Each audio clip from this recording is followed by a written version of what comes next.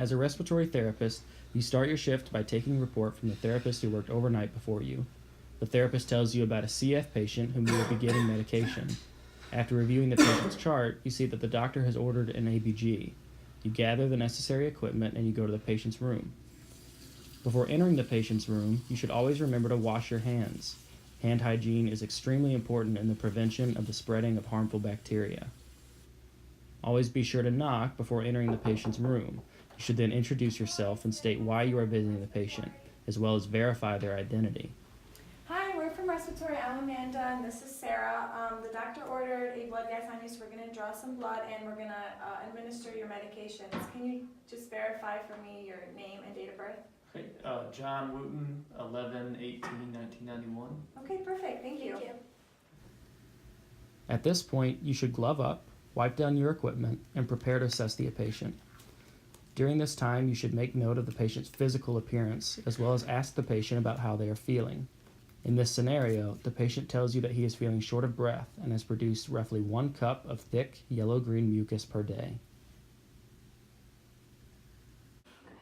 Can I have a finger? I'm just going to check your oxygen. When checking the patient's oxygenation, be sure to acquire the heart rate manually in order to compare against the pulse oximeter. This ensures that the values from the pulse ox are accurate. Okay, John, I'm just going to take a few of your breath sounds. When listening to the patient, you hear diminished breath sounds alongside crackles and rhonchi. You also take this time to acquire the respiratory rate, and you find that the patient is breathing at 28 breaths per minute. At this time, you also note the patient's physical appearance.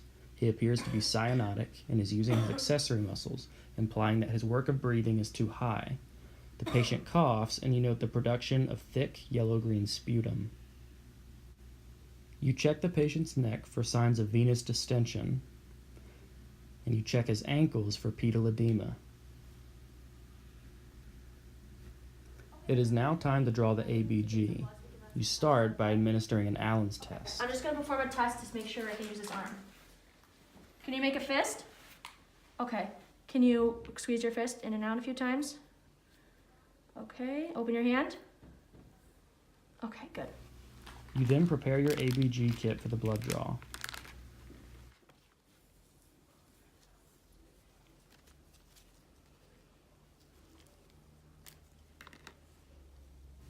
You are successful in the attempt, and after retracting the needle, you hold pressure on the puncture site for at least 5 minutes before applying the Band-Aid.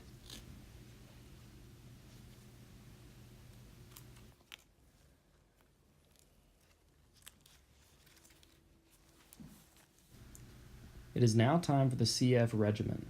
This includes a bronchodilator, 7% hypertonic saline, a mucoactive medication, airway clearance therapy, an anti-infective medication, and a corticosteroid. It is also important that these medications be administered in the order in which I have listed them. First, you'll start with a bronchodilator, most likely albuterol. This medication helps to relax and open the airways and is administered via small volume nebulizer. It takes roughly 8 to 10 minutes to complete the treatment. When finished with the treatment, remove the nebulizer and rinse it out to prevent mixing with the next medication, which will be administered via the same small volume nebulizer.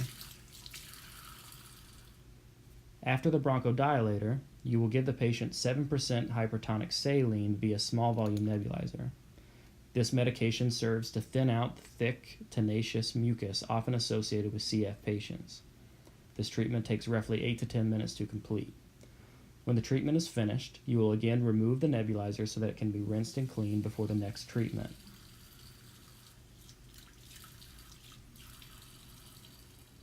You will then use the small volume nebulizer to administer a mucoactive medication, such as Pulmozyme. This medication thins out the mucus by breaking down its DNA. The treatment should take roughly 8 to 10 minutes. And after the treatment, you should once again remove the nebulizer to clean it and rinse it out so that it will be ready for future treatments. Next, you will administer airway clearance therapy. There are multiple methods that can be used, but in this scenario, the patient will be using vest therapy, which shakes the patient's chest to physically loosen the mucus in his lungs. While the vest is active, you can administer the anti-infective medication.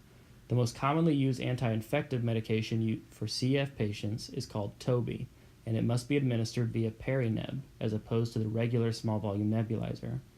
This treatment should take roughly 15 minutes. The last medication you will administer will be a corticosteroid, such as Advair, which you will need to instruct the patient on how to use. All right, so I have a medication for you. This is Advair. It's a Okay. corticosteroid and a LABA. So what it'll do is it'll help open up those airways and get rid of the inflammation.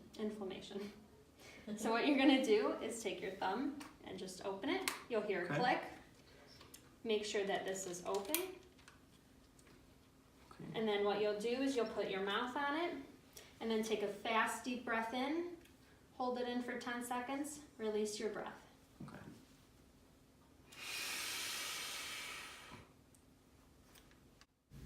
Following the inhalation of the medication, the patient will need to rinse and spit to avoid an infection called thrush.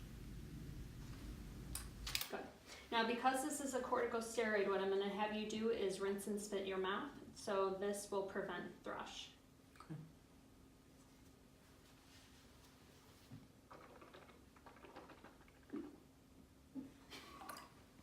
Okay, so that's it. Let the nurse know if you need anything. We'll be right outside the hall. All right, thanks.